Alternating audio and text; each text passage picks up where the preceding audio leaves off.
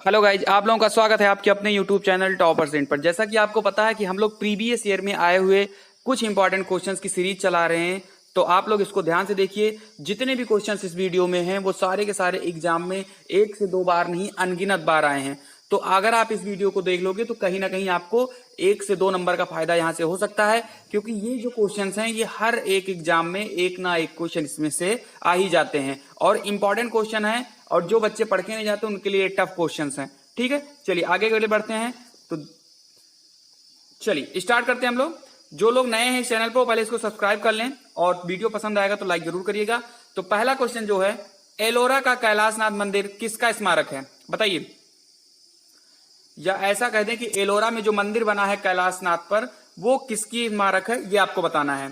तो इसका जो राइट आंसर हो जाएगा वो हो जाएगा राष्ट्रकूटों का। ठीक है, एलोरा का कैलाशनाथ मंदिर जो है ये राष्ट्रकूटों का स्मारक है। या एलोरा की गुफा किसने बनवाई थी, अगर ये क्वेश्चन आ जाए तो ये भी आपका राष्ट्रकूट ही इसका राइट आंसर होगा।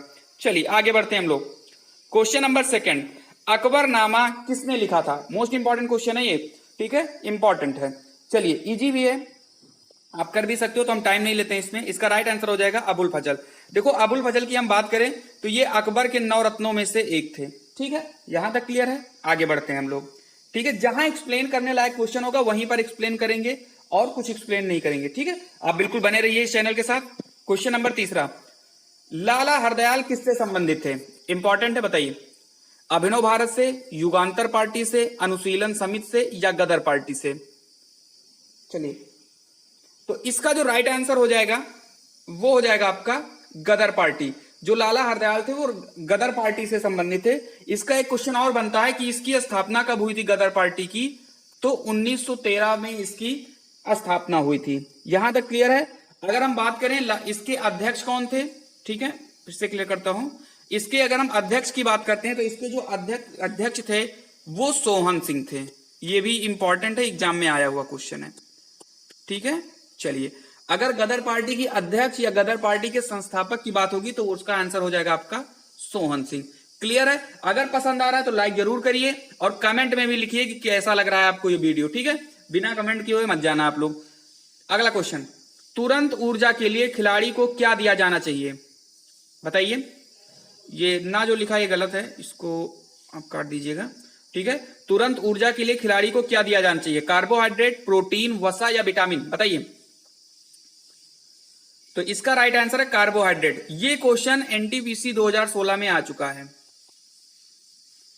ठीक है, चलिए आगे बढ़ते हैं। पहली कृषि संबंधी जनगणना किस वर्ष में कराई गई थी? ठीक है, पहली कृषि संबंधी जनगणना किस वर्ष में कराई गई थी? चलिए इंपॉर्टेंट है, ये भी क्वेश्चन आपका 3 से 4 बार रिपीट हो चुका है प्रीवियस ईयर में। ठीक है, चलिए तो इसका जो राइट आंसर होगा वो हो जाएगा 1970 से 71। जितने भी क्वेश्चन है कोई ऐसा क्वेश्चन नहीं जो बाहर से है, सभी क्वेश्चन प्रीवियस ईयर में आए हुए क्वेश्चंस हैं। यही क्वेश्चंस बार बार रिपीट होते हैं। आपको भी पता है जो क्वेश्चन एक बार आ जाता है एग्जाम में वो इंपॉर्टेंट हो जाता है। ठीक है, आगे बढ़ते हैं हम लोग। निम्न में से कौन नाभिकीय रिएक्टर में ईंधन का काम करता है? बताइए, इंपॉर्टेंट है। कोयला होता है, यूरेनियम होता है, डीजल होता है, रेडियम होता है? बताइए। चलिए इसका राइट आंसर हो जाएगा यूरेनियम। जो यूरेनियम होता है नाभिकीय रिएक्टर में ईंधन का काम करता है। इतना क्लियर है। आगे चलते हैं। देखो ये साइंस का क्वेश्चन है, और आपको पता है कि रेलवे में साइंस के क्वेश्चंस 40 से 50% तक आते हैं। ठीक है, कभी कभी किसी किसी शिफ्ट में ज्यादा भी आ जाते हैं। तो साइंस के क्वेश्चन आपको अच्छे से पढ़ने हैं। हमारी भी साइंस की वीडियो हो चुकी है और क्लासेस चल रही हैं। अभी थोड़ी देर में हम लोग साइंस की क्लास लेकर आ रहे हैं। लेकिन और जो लोग पिछली वीडियो देखना चाहते हैं वो डिस्क्रिप्शन बॉक्स में जाएं, वहां पर उनको लिंक मिल जाएगी। यहां तक क्लियर है। चलिए आगे बढ़ते हैं। आगरा की स्थापना किसने की थी? इंपॉर्टेंट है, बताइए। हालांकि क्वेश्चन ये इजी है, लेकिन इससे रिलेटेड कुछ फैक्ट्स और भी एग्जाम में आए हैं, वो आप समझ लीजिए। इसका जो राइट आंसर होगा वो हो जाएगा सिकंदर लोदीदी। एक क्वेश्चन आपका बन चुका है एसएससी सीएचएसएल में। ठीक है, किस ईयर में बना है मुझे याद नहीं, लेकिन मैंने प्रीवियस ईयर में देखा है इस क्वेश्चन को। ये आया था कि आगरा का सर्वप्रथम जिक्र कहां हुआ था। ठीक है, तो आगरा का सबसे पहले जो जिक्र था वो महाभारत में हुआ था। महाभारत काल में ये हुआ था। तब इसका नाम क्या था? तब आगरा का नाम था अग्रबाण। ठीक है, तब इसका नाम अग्रबाण था। यहां तक क्लियर है? चलिए हम लोग आगे बढ़ते हैं। अच्छा, एक चीज और याद रख लिए, कब हुई थी स्थापना आगरा शहर की? तो 1504 ईस्वी में। किसने की थी? सिकंदर लोदी ने की थी।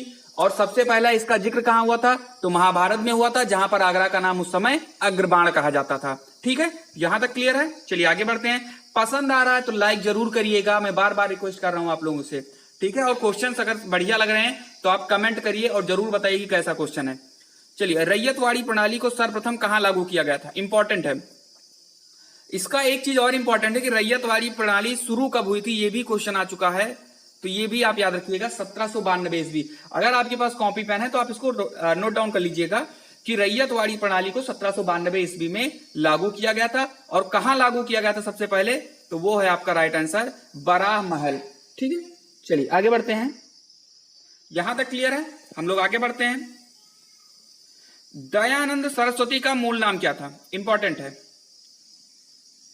तो इसमें मुझे नहीं लग रहा आपको कुछ प्रॉब्लम होगी। मूल शंकर, देखो ये आपके प्रीवियस ईयर पेपर के क्वेश्चन है, तो कुछ इजी हैं, जैसे आपको भी पता है कि एग्जाम में कुछ इजी क्वेश्चंस आते हैं, कुछ टफ क्वेश्चंस आते हैं, कुछ मॉडरेट लेवल के होते हैं। तो इसमें इजी, मॉडरेट और टफ तीनों क्वेश्चन है। अगर किसी को इजी लग रहा है कोई क्वेश्चन तो ये ना समझो कि इजी है, कुछ ऐसे भी क्वेश्चन है जो आपको नहीं आते हैं, तो इसलिए आप उसके लिए वीडियो में बने रहिए और अच्छे से उसको आप देखिए। क्वेश्चन नंबर नेक्स्ट, प्रसिद्ध बौद्ध ग्रंथ दीपवंश की रचना कहां हुई थी? इंपॉर्टेंट है, ये CHSL 2013 में ये क्वेश्चन आ चुका है। ठीक है, तो इंपॉर्टेंट है, जैसे कि मैंने कहा प्रीवियस ईयर में आ चुका है, तो वो इंपॉर्टेंट है। तो इसका जो राइट आंसर होगा वो हो जाएगा श्रीलंका। बौद्ध ग्रंथ दीपवंश की रचना श्रीलंका में हुई थी, याद रखिएगा इस चीज को। चलिए आगे बढ़ते हैं। आर्द्र पर्वतीय वन कहां पाए जाते हैं? बहुत इंपॉर्टेंट है, बस इसका सिर्फ एक ही आंसर याद रखिए आप लोग, नीलगिरी पर्वत श्रृंखला। ये कई बार रिपीट हुआ है, कई बार का मतलब बस ऐड करते ही जाइए कितनी बार। ठीक है, ये सीधा क्वेश्चन आता है कि जो आर्द्र पर्वतीय वन है कहां पाए जाते हैं? आपका राइट आंसर होगा नीलगिरी पर्वत श्रृंखला। यहां तक क्लियर है? चलिए हम लोग आगे बढ़ते हैं। निम्नलिखित में से किस लड़ाई ने अवध के नवाब को ईस्ट इंडिया कंपनी पर निर्भर बना दिया था? बहुत ही इंपॉर्टेंट क्वेश्चन है ये, याद रखिएगा इसको। तो आपके ऑप्शंस है बक्सर की लड़ाई, प्लासी की लड़ाई, फुल्टा की लड़ाई या वांडीवास का युद्ध। बताइए, इंपॉर्टेंट है। चलिए, तो इसका जो आपका राइट आंसर हो जाएगा वो हो जाएगा बक्सर का युद्ध। जो बक्सर का युद्ध हुआ था ये 1764 ईस्वी में हुआ था। किसके बीच में हुआ था? अंग्रेजों और मुगलों के बीच में हुआ था, जिसमें अंग्रेज जो हुए थे वो जीत गए थे। प्लासी का जो युद्ध है वो 1757 ईस्वी में हुआ था। ठीक है, देखो जो लोग युद्ध की वीडियो हमारे नहीं देखे हैं तो एक वीडियो मैंने बनाया है, 15 मिनट की वीडियो है, डिस्क्रिप्शन बॉक्स में उसकी लिंक है। इतिहास में जितने भी इंपॉर्टेंट युद्ध हुए हैं, चाहे अंग्रेज से हुआ हो चाहे किसी भी शासक का युद्ध हुआ हो, सारे युद्ध 15 मिनट की वीडियो में है। ट्रिक भी है उसमें, आप जाइए उसको देखिए।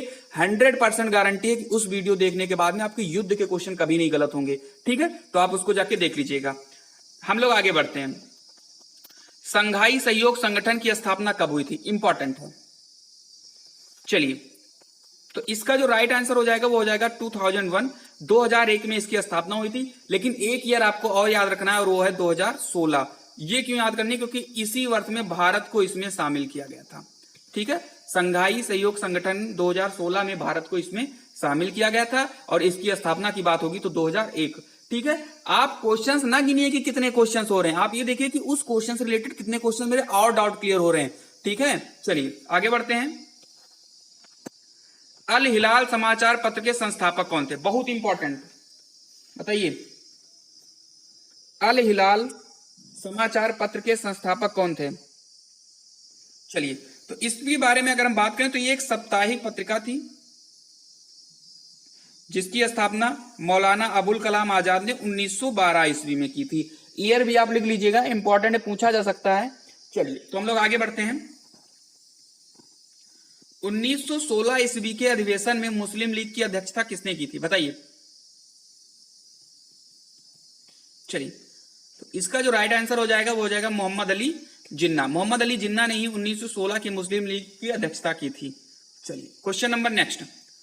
कांग्रेस के किस अधिवेशन में साइमन कमीशन के बहिष्कार का नारा दिया गया था? बताइए।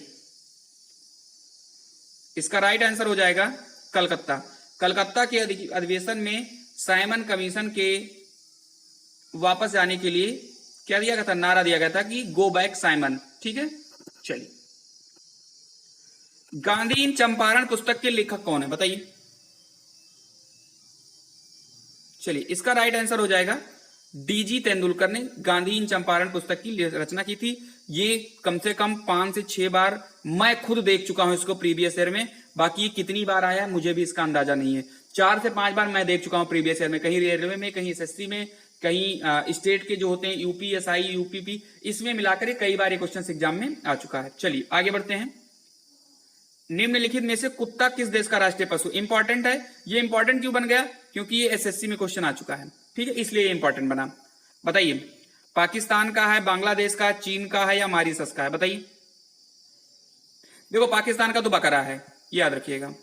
एक बकरे का प्रजाति होती है जिसका नाम होता है, एक ये मान लीजिए बकरा का एक प्रजाति है मारखोर करके शायद कुछ है ऐसे, ठीक है, तो याद रखिएगा। और बांग्लादेश में तो आपका जो भारत का है वही बांग्लादेश का है, बंगाल टाइगर, चीता जिसको आप कह सकते हो। और मॉरिशस में कुत्ता होता है, ये चीज आपको याद रखना है। चलिए, भारतीय भाषाओं के समाचार पत्र पर किसने प्रतिबंध लगाया था? इंपॉर्टेंट है कि जो भारत की जो लैंग्वेज है, इंडियन लैंग्वेज है, उस पर पेपर ना छपे। ये एक गवर्नर हुए जिसका नाम था लॉर्ड लिटन, इन्होंने ही इस पर प्रतिबंध लगा दिया था, ठीक है। यहां तक क्लियर है। जितने भी क्वेश्चन है इंपॉर्टेंट है, ये भी आपका एनटीपीसी 2016 का क्वेश्चन है, इंपॉर्टेंट है, लिख लीजिएगा। पाकिस्तान के प्रथम प्रधानमंत्री कौन थे? बहुत ही इंपॉर्टेंट है, इसके बारे में आप जान लीजिए। कुछ इंटरेस्टिंग चीज भी है और मैं आपको थोड़ा सा हिंट भी दे देता हूं इसमें, कि जो पाकिस्तान के प्रथम प्रधानमंत्री हुए थे वो भारत के वित्त मंत्री भी रह चुके थे। बताइए। ऑप्शन है मोहम्मद अली जिन्ना, अशफाक हुसैन, लियाकत अली या हाथीउल्लाह। बताइए, इंपॉर्टेंट है। चलिए, तो हम देर नहीं करते हैं, इसका आंसर आपका हो जाएगा लियाकत अली। लियाकत अली जो थे ये भारत के प्रथम प्रधानमंत्री थे और 1946 में ये भारत के वित्त मंत्री भी रह चुके थे, ये भी याद रखना है आपको। तो आपको यहां तक सारे डाउट्स क्लियर हो चुके होंगे। तो मुझे लग रहा है कि आपको ये क्वेश्चन बिल्कुल पसंद आए होंगे, और अगर पसंद आए हैं तो लाइक जरूर करिए, क्योंकि पसंद भी आए और लाइक भी ना को तो ये कौन से, आप लोग फेसबुक पे, इंस्टाग्राम पर, ट्विटर पर सड़ी से सड़ी फोटो पर जबरदस्ती लाइक कर देते हो, और यहाँ पर तो आपको कुछ नॉलेज वाली चीज दी जा रही है। और अगर आपका एक भी क्वेश्चन ऐसा लगा हो कि हाँ मुझे सीखने को मिला है, तो आप लाइक जरूर करिए और कमेंट जरूर लिखिए कि हाँ अच्छी लगी वीडियो, बड़ी अच्छे क्वेश्चंस थे, या जैसा भी है नहीं अच्छा लगा तो नीचे लिख दो मुझे नहीं अच्छा लगा, कुछ भी लिख सकते हो, लिख दीजिए जरूर, ठीक है। तो आज के लिए इतना ही, मिलते हैं हम लोग अगले वीडियो में, तब तक के लिए खुश रहिए, मस्त रहिए, पढ़ते रहिए।